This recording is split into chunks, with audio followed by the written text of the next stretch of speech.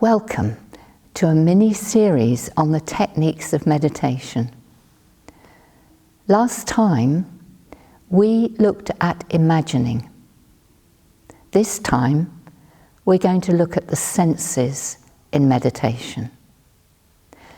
So I'd like to start by saying something very obvious, which is how we use the senses in everyday life. Touch, hearing, sight, taste and smell. That's how we experience the world. And each one of these senses, these physical senses if you like, has an etheric counterpart. By that I mean it has a spiritual level which interpenetrates the physical. They are woven together.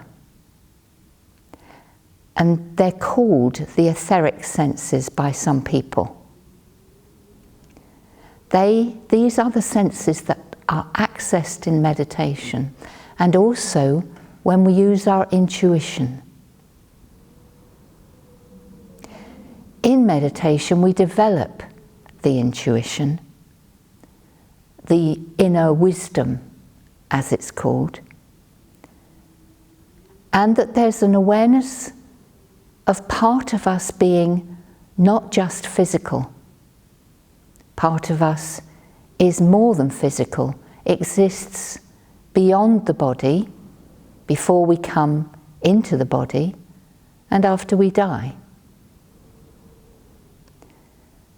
And an element of that exploration is through use of the etheric senses in meditation. These senses are much more subtle than our physical ones. They are fragrances, sounds, visions, often of light. You'll find many spiritual teachers talk about light in meditation, feelings, and sometimes even tastes. All these are subtle, but they're much more profound. They're linked with that greater part of ourself, that spiritual self, if you'd like to call it that. And sometimes all those senses come together. There's a point in some deeper meditations where you know you're experiencing with all your senses, as if they all coalesce together as one, and you just know what's going on.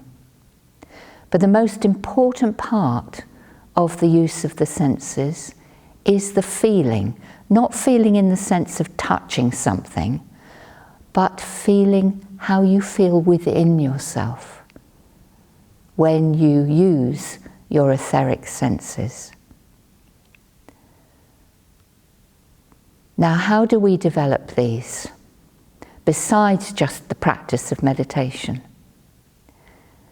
One of the greatest ways of doing this is not in meditation, actually, but in how we explore the world around us. I expect some of you have had the experience of walking, perhaps in a wood, in springtime or in the autumn, beautiful surroundings all around us. And what's going on? Things in our heads. And then you suddenly realise that you've been thinking about the office work, or the washing up, or picking up the children from school. What we do when we explore the physical senses properly is we give attention to them. When we're walking, we're not thinking so much of other things. We're looking, we're smelling, we're feeling what it's like to be in a woodland in spring, what it's like to eat a meal when others are hungry, what it's like to feel the air on our skin, what it's like to hear the sounds of the birds. And also, some people have said if we want to listen to that inner world in meditation, we need to learn to listen to each other properly, to really give our attention to people when we're with them. Of course, we can't do it all the time, but we can practice it. And because the senses interpenetrate each other, the physical and the etheric, the so-called etheric, as we learn to use our physical senses more deeply, become more aware of them, so those etheric senses also are developed. And then when we go into meditation, we find we do experience things perhaps less fleetingly. So we might hear the sound of chanting. We might see a vision of light. We might feel that love, that sense of comfort, freedom, peace, more deeply. And when we do have those feelings of comfort and peace and of love, we recognize that we are making a deeper contact in meditation with something which is beyond ourselves in our physical body. But also, because we feel it in meditation and the etheric senses and the physical interpenetrate, that will also affect how we experience life in the body and our relationships with other people. Thank you for listening.